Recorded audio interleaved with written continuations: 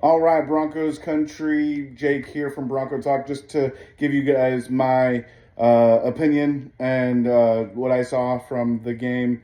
26-20, Broncos lost to Seattle week one. The Broncos started off 0-1.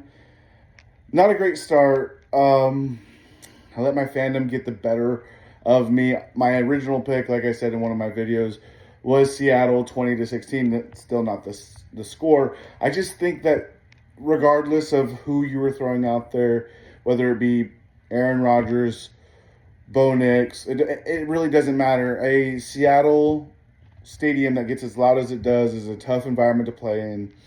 Not to mention week one, so more often than not, you've got offensive weapons, playmakers, schemes that aren't going to be at full system, full go when you get out there. Even if you've got a lot of returning players, it's been the off season, it's been OTAs, it's been preseason, and week one your offense isn't going to look like it is week 12.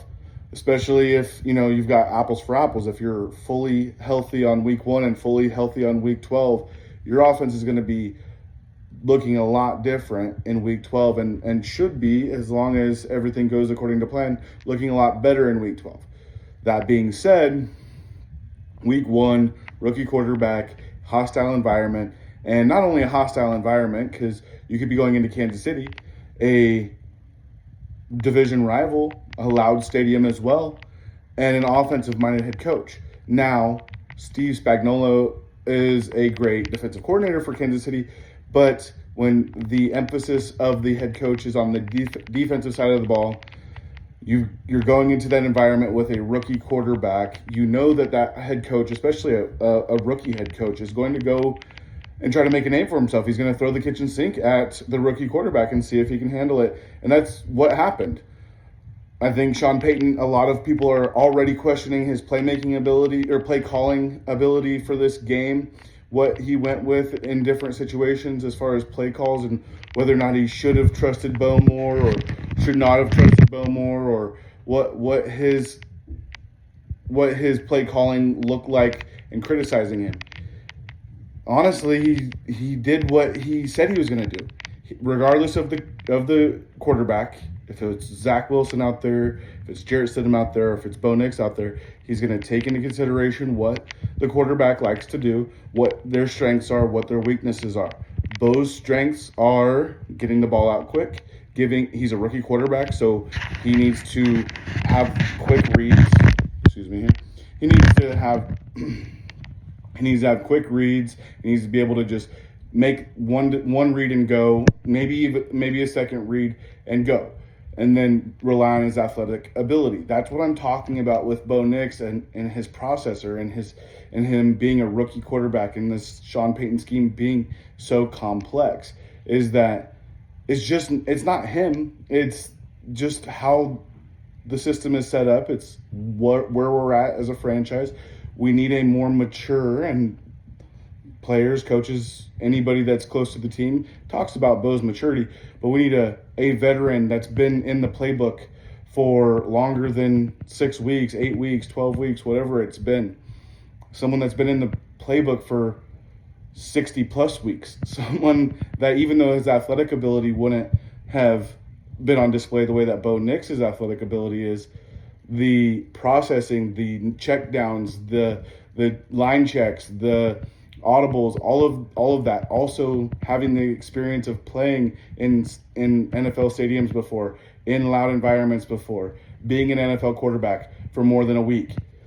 Those things are going to get you wins in games like this. The flip side, I do think Bo Nix throughout the season gives us a chance with his athletic ability to win games like next week.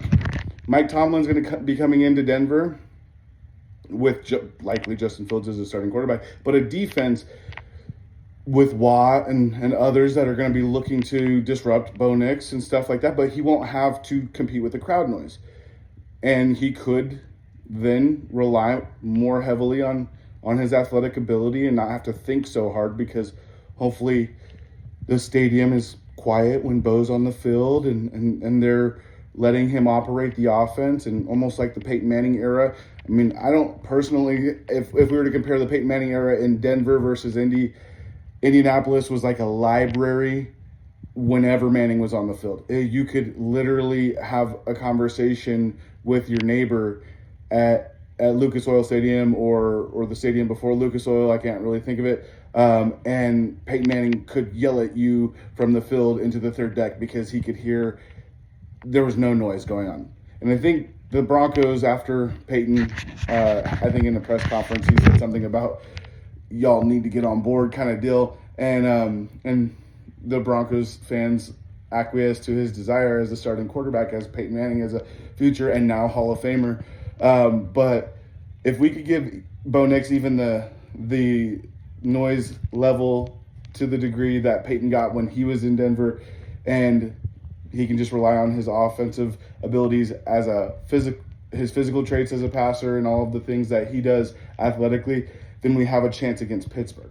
I think we have a chance against New York, against the Jets, just because I'm not exactly sold on how good they are. I don't necessarily agree that you give a team a quarterback and they're going to win a Super Bowl or be AFC champions or even win their division. I've got the Bills, and Josh Allen went. I didn't get a chance to throw my predictions out there this week, but I had a little bit of a medical issue, nothing too serious, but it prevented me from recording for a couple of days.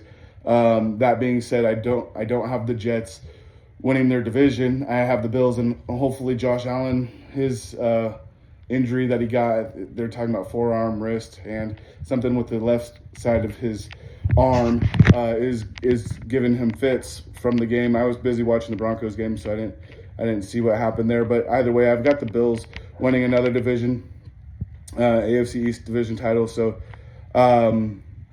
that being said, I think the Broncos can beat the Jets, but I think going into Tampa, that's another tough game.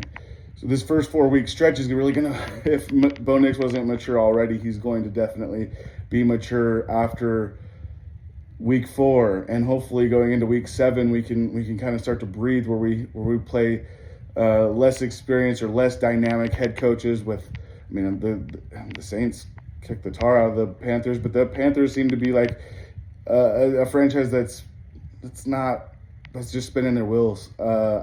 That's why I didn't necessarily believe in Bryce Young. I thought C.J. Stroud was put in a much better position, and that's where it is. It's not about the quarterback. It's about the position that they're put in. Chris Carter said it best. I like to quote his video from years and years ago. They were talking about Dak Prescott, but the topic of discussion was about being a system player, and he said he was a system player. He was on his way out in Philly, and he ended up with a wide receivers coach in Minnesota that really believed in him, and he was able to salvage a career, a Hall of Fame career at that. But it didn't start off too hot. Same with Geno Smith. We saw him in New York 10 years ago, and he went to the AFC Championship game, I think, if I remember correctly. And Rex Ryan and Geno Smith, if I remember correctly, went to an AFC Championship game. And then they booted him out of New York, and he went to Seattle and was a reclamation project. Something could be similar for Zach Wilson. I don't know. That being said, I'm taking a lot of your time here at BroncoTlk. I just want to let you know that don't get too discouraged. I think that Bo Nix has plenty of bright things ahead of him. I just don't agree with Sean Payton picking him to be the starter this year. That being said, this defense needs to see a lot less time on the field if we can get even more time of possession. I know we technically won the time of possession battle today, but that's because the first half, the defense was absolutely stout. If we can give them more time on the bench and resting, and Vance Joseph can continue to make good play calling, then we should be good. But we'll see you next time. I appreciate you guys watching, and I'll see you in the next vid. Go Broncos.